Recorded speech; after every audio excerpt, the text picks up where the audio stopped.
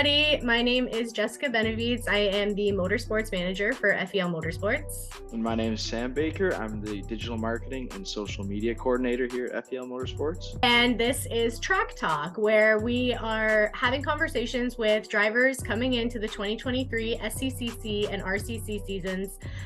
We are going to talk about everything from sponsorship to driver history to personal growth, Mario Kart, and a lot more. So today we're actually talking to Mark Boyd, who this is his second year racing in the M Zone Radical Cup Canada. We're going to talk to him about some of the things that he's been through on his journey, purchasing a Radical, driving a Radical, the surprise of a lifetime from his wife, and it even gets a little bit emotional as well. So please enjoy the next 30 to 45 minutes, and yeah, follow us on social media if you guys have any questions for the future driver interviews.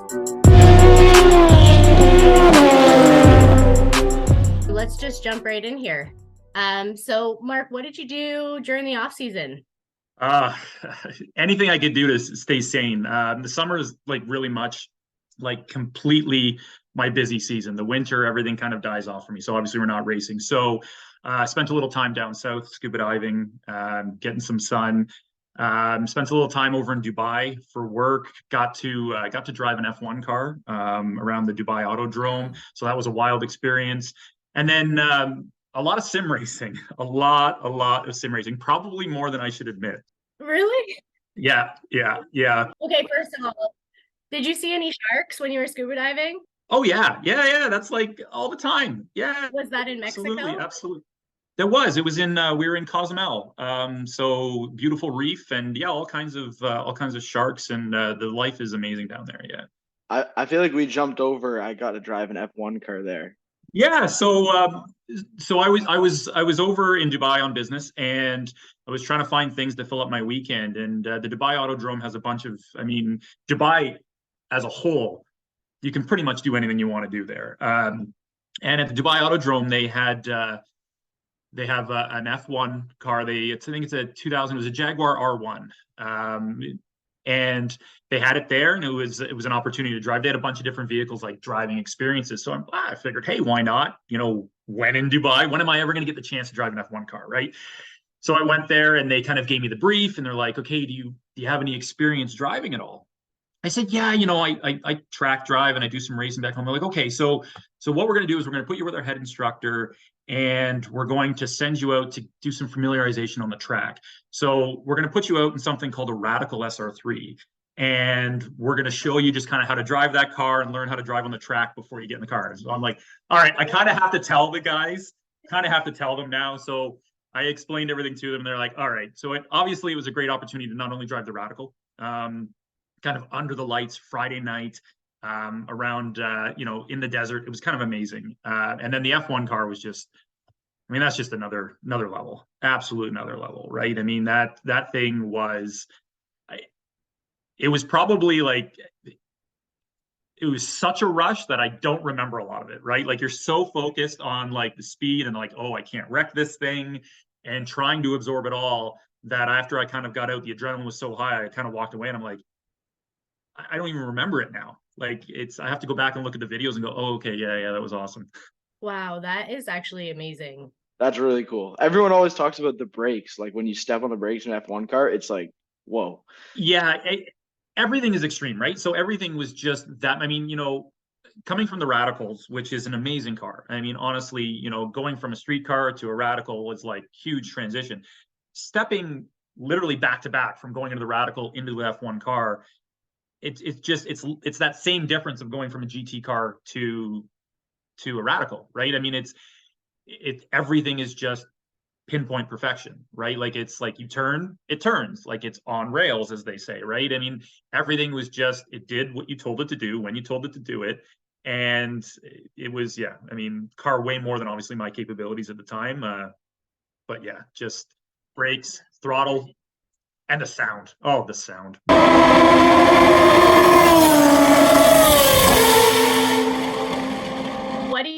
What do you use to well, actually, I guess you kind of already said it, to practice or to train for the season at home? It's a sim race, yeah. So I've kind of dabbled in some sim racing, over the years, just nothing really significant.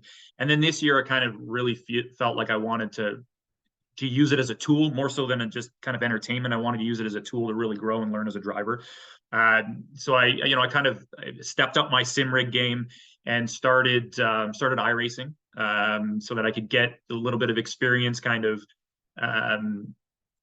working in traffic, working on vision, just kind of keeping your mind sharp, right? I found last year, before the season started, the first few times I got out in the car, I kind of felt really rusty, right? Like it was like I had to kind of remind myself of everything. Whereas staying in sim racing has kind of allowed me to just kind of keep that mentality, if you will. So I started doing the sim racing, and then Radical Canada started their Winter League, the iRacing Winter League, for the Radical Cup.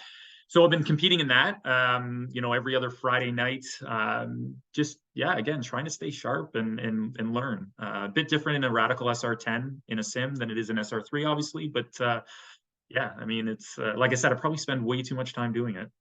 Are you doing any of the special events? Like I know iRacing just had the Daytona 24. Not there yet. I'm not there yet. That's a bit much for me, I think. But yeah, I just try and kind of do the league racing, obviously with the Radical Canada Cup stuff, and then a little bit of kind of the standard hosted races that the server has up for, like the Radicals and stuff. I honestly, the most fun car drive in all of that, I find, I keep going back to rookie and driving the Formula Vs, because it's so much fun.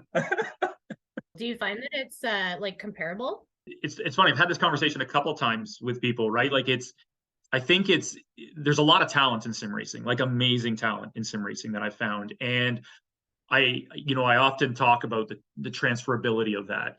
And I think it's easier to transition as a sim driver into real driving than it is to go the other way. And I think because in sim driving, when you start in sim driving, you're dealing with the inputs that you have. You have the force feedback in the wheel, and you've got your vision, and that's what you learn to drive on.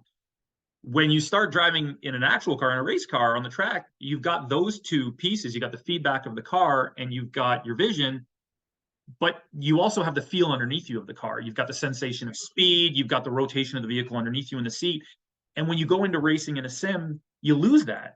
So now you've got one of those senses that you normally have on the racetrack is gone. So you're kind of now having to focus more on the vision in the hands. And there's so many parameters that go into setting up a force feedback wheel properly that if you don't have that right, you're not getting the feedback properly. But I think in terms of at least a vision, and being in traffic and learning a circuit, it's super helpful, super helpful. Yeah, and you also have a reset button in the sim. You do. The fear factor goes away, right?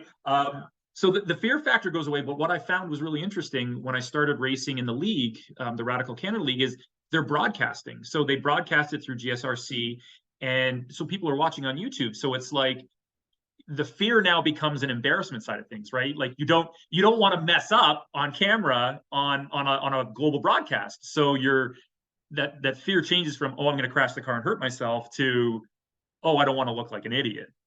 Do you do anything to kind of prepare yourself during the off season, like mentally or physically? Yeah, absolutely. Yeah, absolutely. So, I think it's mentally, I think I use a lot of the sim racing to kind of stay mentally sharp, mentally focused. And then, on the physical side, as weird as it sounds, the sim is a little bit of physical. If you crank the force feedback up, you can get a little physical out of it.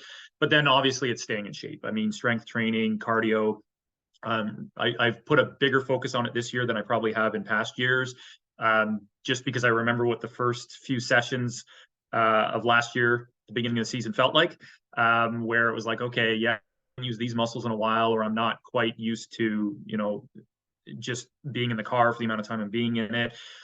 So definitely more focus this year on just, strength training, upper body, core training, and then, cardio, big cardio. So, 5K runs every other day, followed by some strength training and some time in the sim for kind of the mental approach. It's definitely more focused this year than it's ever been. Do you do any neck stuff?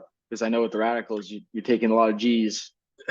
Yeah, so that's one I've tried a couple times, believe it or not, Sam. And with the home gym I have here at the house, and I've probably done more damage trying not having the proper equipment to be able to do that. So most of it's just kind of working through kind of shoulders and back, arms, chest. The neck exercises always look the funniest too. Like if you do them in a public gym, you just look so out of place. Yeah, it's yeah. So that's probably, if I'm gonna have anything weak for next year, we'll see. It'll be my neck. See my head flopping around in the car. That's crazy. I didn't realize that there was that like G-force like that in the radicals. I've obviously never been in one. So. It is. It's you know, I mean, it's a fair amount. I think we're probably 2 Gs in a corner, 2.5 Gs, I think max peak in a corner. So I'm thinking turn 2 in Motorsport. I mean, it's a high G corner for us. You know, and you definitely feel it. I mean, that's where I felt it most, kind of my forearms and my arms just holding the car, because the radicals obviously don't have power steering. And then, yeah, in the neck, just having that helmet on top of your head, adding that little bit extra weight, you definitely notice it. I was just gonna say at corner 2, I've shot video there on the inside a few times, and like with the media pass, you can get right up to the track wall. And when I see you guys coming down, like down the hill, it's like the bobbling of the head. You can just see the car compressing, and yeah, it's I mean, you get so used to it. The first few times I did it, I was like, oh, there's no way I'm gonna be able to do this for 40 minutes. And then you just kind of you get used to it. Again, over the season, the muscles get used to it, right? Your head you get used to I just experiencing it. And I think, in all honesty, the things that started to hurt the most last year in any of those corners were like probably my hands and my forearms, because I was just like clenching the wheel because of the feeling. And I just had to kind of keep reminding myself, like, relax, take it, like it's and loosen up the grip a bit. But yeah, it's an experience. who's a well-known driver that you might compare yourself to, like from a driving side, maybe an off track? It's tough for me because I generally don't try and compare myself to professional drivers. So I've asked my wife about that one, and her answer, she thinks, for at least from a personality perspective, she thinks, and I agree with her, I'm a Sebastian Vettel kind of guy. I think, and it's very kind of calm and cool.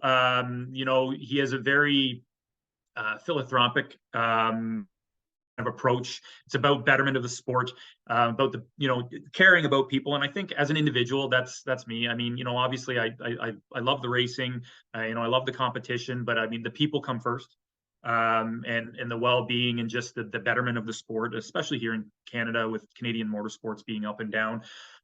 So I think from a personality perspective, is definitely Seb. From a driving perspective, geez, I'd like to think that I was a Max Verstappen, and up there at that echelon. But I think I'm probably too new as a rookie. If I were to put myself as a driver in the F1 paddock, I'm a Latifi. It's just that's just it. I mean, I'm not. I don't have a resume to be able to try and to kind of back that up at all. So being kind of last year, my rookie year racing, I mean, it's that's the best I can do. You saying Latifi, that's the Sebastian Vettel honesty coming out there. So that's it. So that's the game plan, right? I often people ask me, is like, so yeah, you're gonna win a race this year. I'm like, no, I'm not gonna win a race this year. It's like it's like a 3. You did last year. We did in the CSC.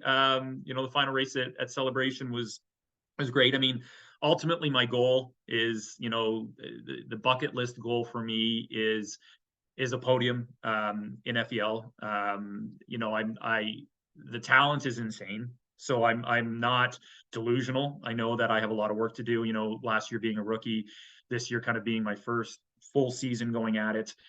I kind of have that 3 to 5 year game plan, is like, before we get there, I know I have a lot of growing to do as a driver. So, but that's the ultimate bucket list for me. The ultimate goal is the top step of that podium, or even just the podium. Describe your relationship with your team. So I know that you have already said you wear a lot of hats, and Jen is there, your wife as well. Is there, what is it about your team that, you couldn't do without? All of it, Jess. I mean, so the team is obviously really small. I mean, there's obviously myself and Jennifer.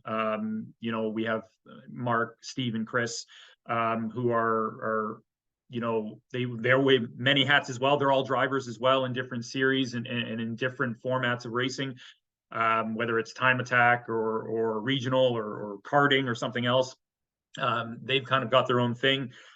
So for all of them to come together on race weekends just to support me is, I mean, I wouldn't be able to do it without them. You know, like I said, there's so much going on a race weekend. I rely so heavily on them to, you know, not only obviously take care of me in the car and make sure that whatever needs to be done is done, or, you know, Jennifer from the social media or almost mothering us, you know, making sure we're fed, making sure we're hydrated, making sure that, you know, we've got hotel rooms, that everything's kind of taken care of from that side of things. And then, you know, with the rest of the team, you know, Mark and Chris and Steve, I mean, just taking care of me in the car. I think, you know, the biggest shout out probably goes to Mark and Jennifer from a psychological perspective.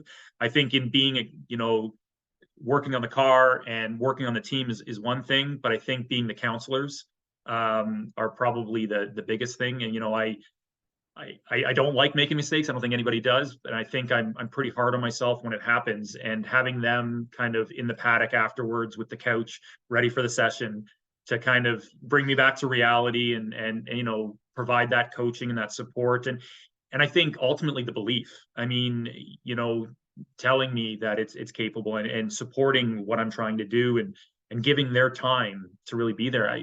None of it would be happening. I wouldn't be doing it. I just would not be racing without these guys. Yeah, I mean, I guess that's extremely important. And, you know, you just talking about that, I can picture other teams in the paddock too, that, you know, you can just see the level of support being provided by the people that are there.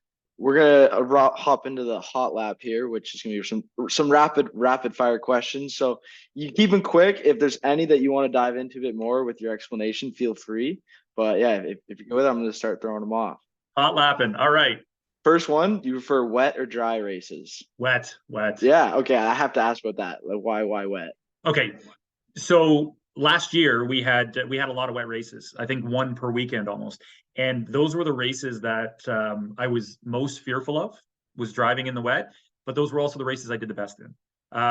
So I seem to have a bit of a knack to racing in the rain and racing wet. So I got to go wet. You should have said Senna instead of Latifi then.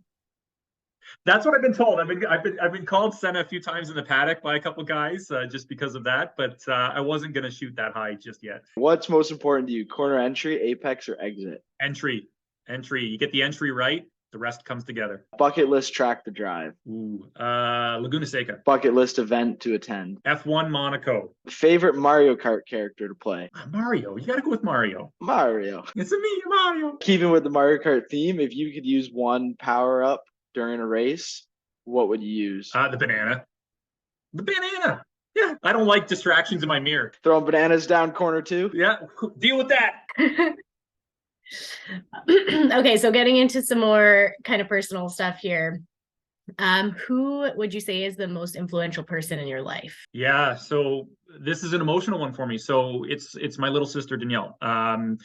So I mean, she has taught me more in my life than I think anybody. And that's from kind of a mental, emotional perspective. She fell ill 14 years ago and had been facing adversity for all those years.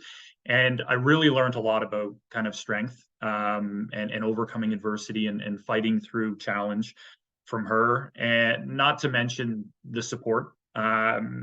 So she was my biggest fan. So she passed away August of this past year, actually just before our Labor Day weekend sprints, the weekend before she passed away. But she was my biggest fan, absolutely my biggest fan, my biggest supporter. She pushed me to do everything in my life to the limit and to just enjoy myself doing it. So she's the inspiration. I don't want to get too emotional on it, but she's everything for me. Yeah, she's definitely, she's my hero and my biggest supporter, biggest fan. She's there with you. She's there with you at the track, and yeah. That's it. And that was one of the last things kind of that was, you know, going through our discussion point when when she was passing the previous weekend was that I had to race, because I was really questioning about, do I, it's the last race of the season, do I really need to go do this? There's a lot, and she was the big pusher and saying, no, this is what you do, and this is, you do it, and you carry on. And so I do, and I do it with her in my heart every time I do it. Wow. Life happens in mysterious ways, I guess. But okay.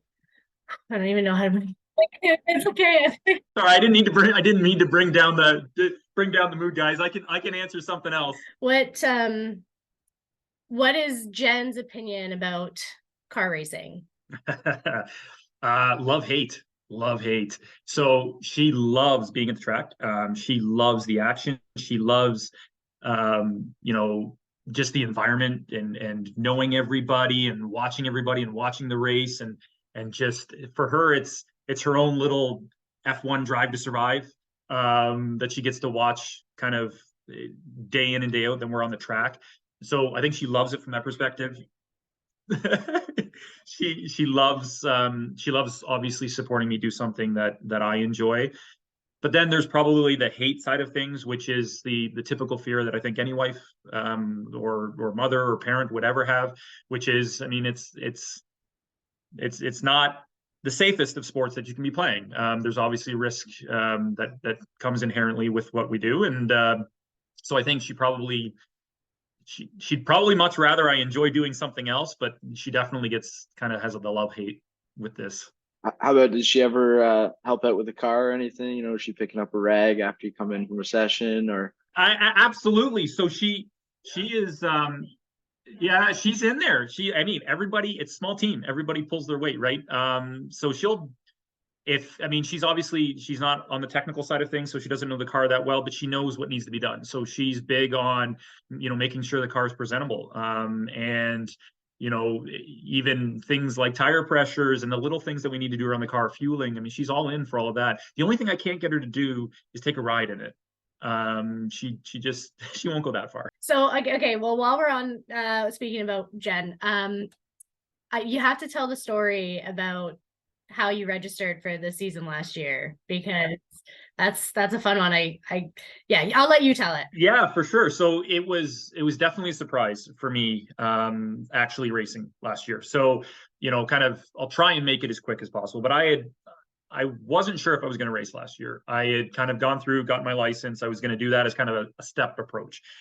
And I was humming and hawing, and everybody was kind of pushing me to do it. And I was like, I don't know. I don't know if this is something I can do. I don't know if this is somewhere I want to be. And I mean, Jennifer knows me probably better than anybody else. And she knows my hesitant with things. If I'm not going to perform at a high level, I don't necessarily want to put myself out there.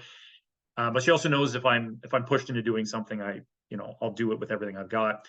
So she pushed me into it. She, for our anniversary last year, she signed me up. She did all the registration, working with you, Jess, thanks, and to get it all done, and surprised me for our anniversary with the season entry. And funny side note to that was it actually came on the same day that I blew my engine in my SR3 at the track. So I come home and I was kind of a little bit beaten up, and she's like, well, it's probably not the greatest time, but it definitely gave me the motivation to get the car kind of resorted and back into things. And and I'm glad she did. I just remember getting an email from her saying that, oh, hey, Jessica, I just signed up Mark. Could you just maybe not say anything? It's kind of a surprise. And I was like, wait a second, what? Yeah, that's her thing. She loves surprises. She loves surprising people with stuff, and it's starting to get scary, honestly, because I don't know what's next. I don't know what's coming next. Like she'll just, hey, surprise, and it's like, whoa. Well, it sounds like she's really good at them, so. Yeah. She knocked it out of the park with that one for sure. Oh yeah, she's wild. Yeah, and I'm glad she did. So tell us a little bit about just your experience in getting into the Radical. So a little bit about your decision-making process, how you got licensed, and then like actually, you know, purchasing the Radical. So the Radical was the first thing to come. So I had been doing, you know, a lot of track stuff, time attack, and spending, you know, every weekend at the track just driving. Couldn't get enough of it. And at the time, I was running a modified S2000, and you know I kind of pushed that chassis about as far as I was going to push it without dumping a whole lot of money into it. And I thought, you know, bang for buck, what's out there? I'd seen a couple Radicals. I thought, well, that's cool. I like cool stuff. So I got in contact with Robert Burgess at Radical, and I said, hey, you know, this is something I'm kind of interested in. You want to chat? So he invited me out to the shop and showed me the cars, and you know, we sat in it, and it's, you know, obviously the first time I did that, I was like, okay, this is getting curious now. So we set up a kind of a test drive at TMP Cayuga, the local track to me, and he said, yeah, we'll go for a drive, and you can test out the car, you can get a feel and see what you think. So I did that, and I took it home that day. It was a pretty easy sales pitch. I mean, once I drove it, I'm like, yeah, this is amazing. This is an amazing car. So from there, I mean, I got to probably lend the licensing again to Robert. He really kind of said, well, you know, I know you're not planning on racing, but you should at least get your race license so that you can do test days and you can really just kind of, you know, grow and learn a little bit as a driver. And I said, yeah, that's a great idea.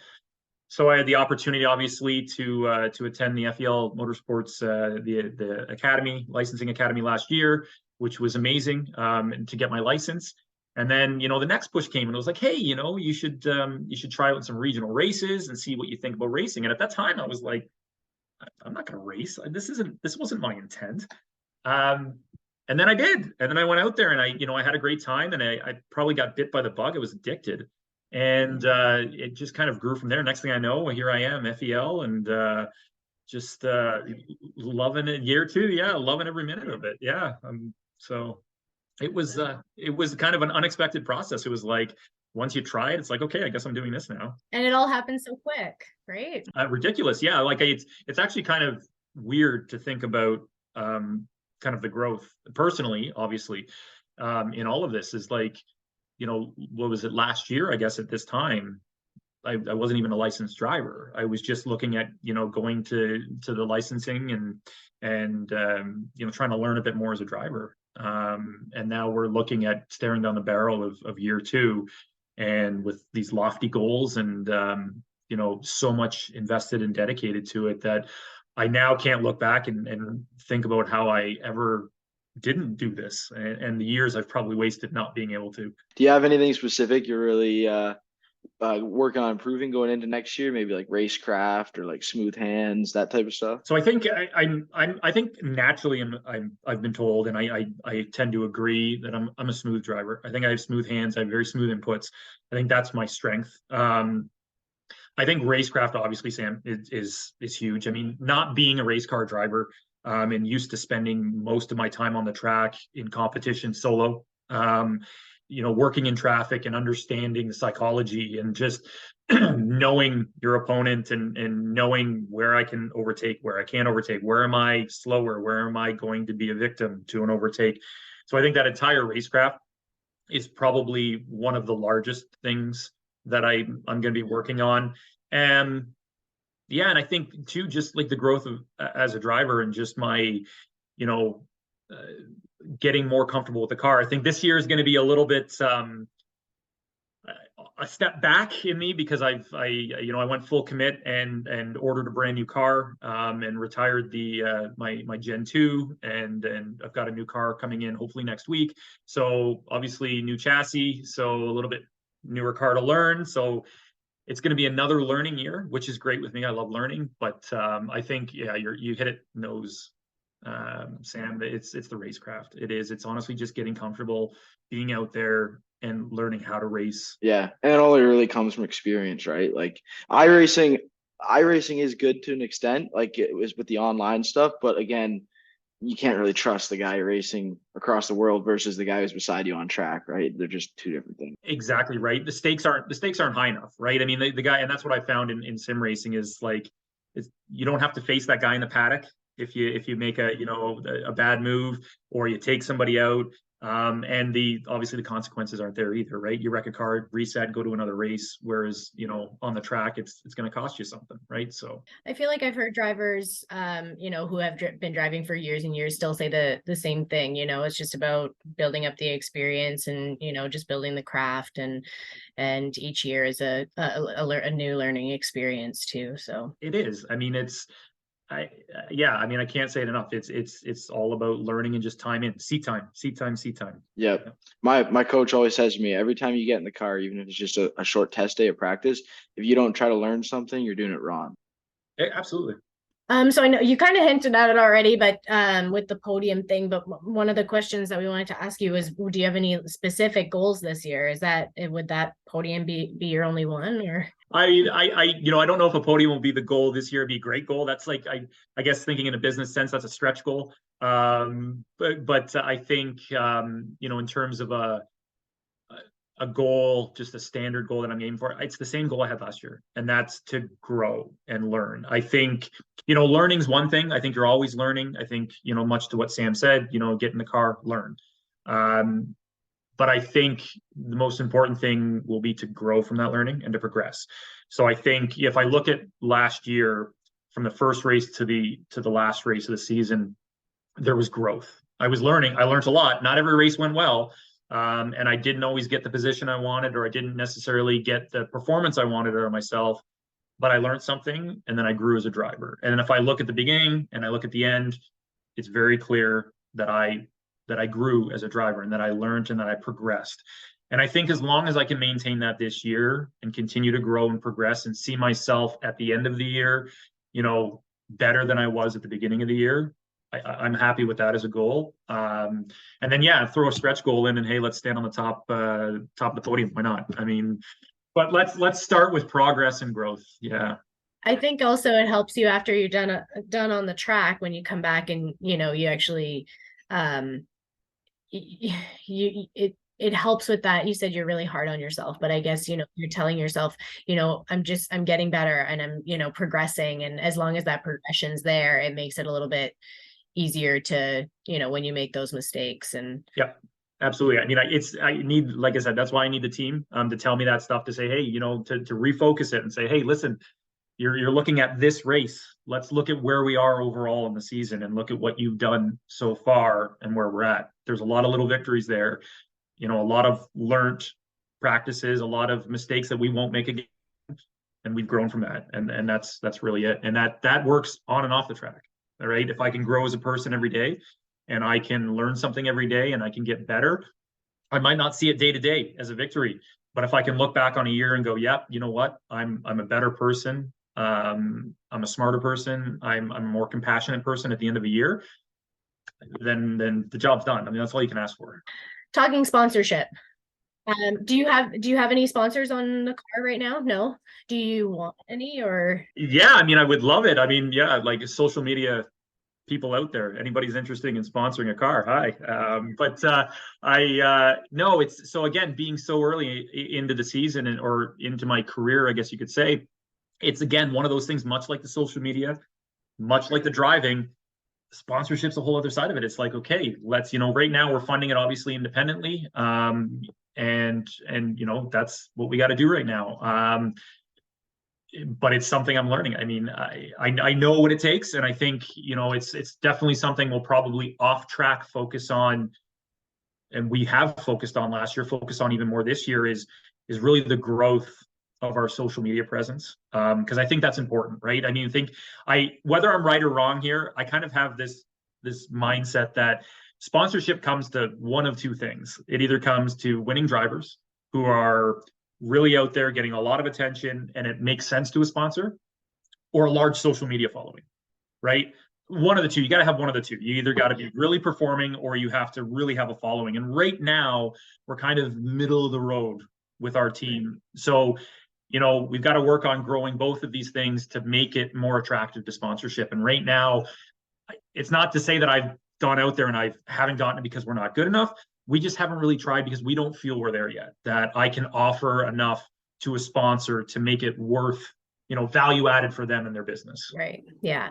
Well, just to go off of the, large social media following point, I think, for, and it's kind of goes in all industries. It's like, it's not just specific to racing, but I think if you have a personality that a business can kind of latch onto, right, like that it aligns with their goals, and like that I feel like that's how you should go about looking for sponsorship, is looking for companies that you admire and that align with your values, and that's a really good way to like position yourself when approaching them. And honestly, in my opinion, the reason why we're doing this type of thing right now is because I think that just showing the drivers' personalities and showing that there's a whole community happening within these paddocks, and there's so many different people involved, and I'm really hoping that just highlighting the drivers more as much as we possibly can, and showing their personalities, and showing that there's a person like Drive to Survive has done it, you know what I mean? They've done a great job at it, and they've F1 has blown up because of it. And I obviously don't think that we're going to be as huge as F1, but I think that we can definitely move the needle in Canadian motorsports when it comes to looking for sponsorship and growing the fields, and getting guys from karting or Formula 1600 and putting them in these cars, and then hopefully seeing their careers blossom over time, right? So how about we go back to TMP when you were looking at the Radical for the first time? Any advice you might give to yourself back then, or someone in that position now? Yeah, I mean, I'd say you only live once, and just the fear, do it. I mean, it was something when I got into it, I'm just going to drive it as a track car. And then it was like, okay, well, maybe I'll just go get my license, but I won't do anything more than that. I mean, the sky's the limit for all of us, and you only get one chance at doing it. So I should have been at the Victoria Day Speed Fest. I shouldn't have missed out on that just because I was kind of unsure about the season, whether or not I wanted to do this. So my advice to anybody kind of thinking about it is just, do it. It's the most important thing I probably learned last year, in all honesty, and this is a bit off topic, is that all of that fear I had about being the rookie, not being good enough, not thinking that I would be worth being in that series and I would just get in the way, was all just fluff. Like, it was nothing. It didn't mean anything. I think the second I came into the paddock, I was accepted. I mean, the guys were willing to help out. Guys were willing to kind of coach and give me advice here and there. And I mean, that goes from everybody, the paddock, from the back of the grid right to the front with Jonathan. I mean, he was always willing to give me a bit of time and to help me out. So I think not only should I have not had the fear of whether or not I can compete, but that I would be, in the way, because I definitely wasn't. And I was definitely made to feel that wasn't the case either. Yeah, that's awesome. I know, because I think motorsports can somehow give off the vibe of like an exclusive club like sort of thing, where not everyone can do it, whether you're driver side or even just working in it. And I think with Canadian motorsports in particular, with it being such a smaller scale, it's one of the great things about it is the community aspect and how tight knit everyone is, how everyone's out willing to lend a hand. You're bang on, Sam, and maybe that's a plug, maybe not the right time, but I mean, that was the Eclectic Motorsports team when we started that last year. That was the mentality when we started the team. Was if you look across the paddock, you'll see huge teams with a huge budget, with all kinds of staffing and resources, and then you'll see the independents, and you'll see small guys like us. And we started out Eclectic Motorsports as a bit of a collective approach. It was sharing the labor and sharing the knowledge, sharing the tools, sharing the vision. And that's why all of our, short of Jen, obviously, all of our individuals that are on the team are all drivers in some form of series. And when I'm not driving in one of my races, I'm on the other side in the paddock during their races, supporting them.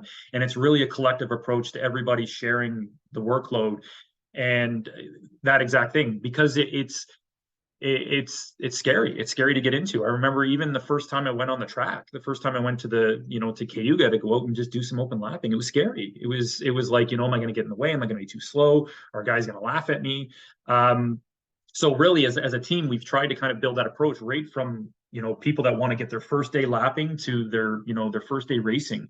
We really want to be involved in people's motorsport journey and to help them not only feel comfortable and belong, but also have access to a team and the support without necessarily having to pay the big bill. And that's nothing against the big race teams. It's just, there's a lot of people in grassroots motorsports that they don't have the resources, right? So we're hoping to kind of, do exactly that, Sam, just create that environment to be able to help people and make them feel comfortable and belong. Are you considering bringing on any other teammates or anything like that? Yeah, we're always open to it. That's all I want to do. That's all. I mean, it's slow. So we're a team of 6 now. And it's last year we started as a team of 1, and that was me. And it was literally just by spending time at the track and, engaging with people. And now, not only do we have these individuals where we're helping each other out and we're growing as drivers and we're always talking. I mean, even it's almost a family now. I mean, I spend a lot of my off-season time with these guys. I mean, we host sim nights like once a month where we all get together and just have some fun in the sim. And these are all just people that were at the track looking for someone to give them a hand changing a tire, or changing brakes, or someone to give them a bit of coaching on a corner that they couldn't figure out. And it all started there. And always looking for bringing on new people to just grow and grow and grow. That's awesome. I didn't know that, but now that I do, I'll share that. Anything you got going on? Anything you want to plug or shout out? Whether it's your team, give a shout out to a specific person in particular that's helped you out. I think in terms of a shout out, I mean, it's got to be Jennifer, it's got to be Mark, it's got to be Chris, it's got to be Steve, it's got to be Raphael. Like, it's got to be the team. It's got to be. I mean, I posted it definitely not enough times on Instagram last year about how important they were to me and how I wouldn't be doing what I'm doing without them, and without their support and their belief. And, how I think probably the hardest part last year was standing on the podium by myself without them up there with me, because they did probably most of the work. I mean, I drove the car, but they gave me that opportunity to drive the car. So the shout out goes to the team, goes to the entire Eclectic Motorsports team, that it's for them. Absolutely. Mark, you're so modest and humble, and you're such a good person to talk to. Yeah, this has been great. Yeah, this has been awesome. Yeah. I couldn't have pictured this going any better. But now Sam's going to make it look even better. Thanks, Jess. I appreciate that. How do people connect with you? What's your Instagram, Facebook? Yeah, so you can follow us at Eclectic Motorsports on Instagram. We also have a Facebook page, our website, autocollecticmotorsports.com, and then myself personally at They Call Me Bubba is my personal Instagram page. Mark, well, thanks for coming on. This has been great. Like Jess said, really, really easy to talk to, and some great insight on not only FEL, but just Canadian racing scene as a whole. And I think a lot of people who listen to this will find it helpful and also interesting. Thanks so much, Mark. Thanks, guys. Appreciate it. Looking forward to seeing you at the track, eh? Still going bad on you anyway. Whoa, whoa, whoa, whoa. I can feel like 80 rats in my Marys. Me and Drizzy back to back is getting scary.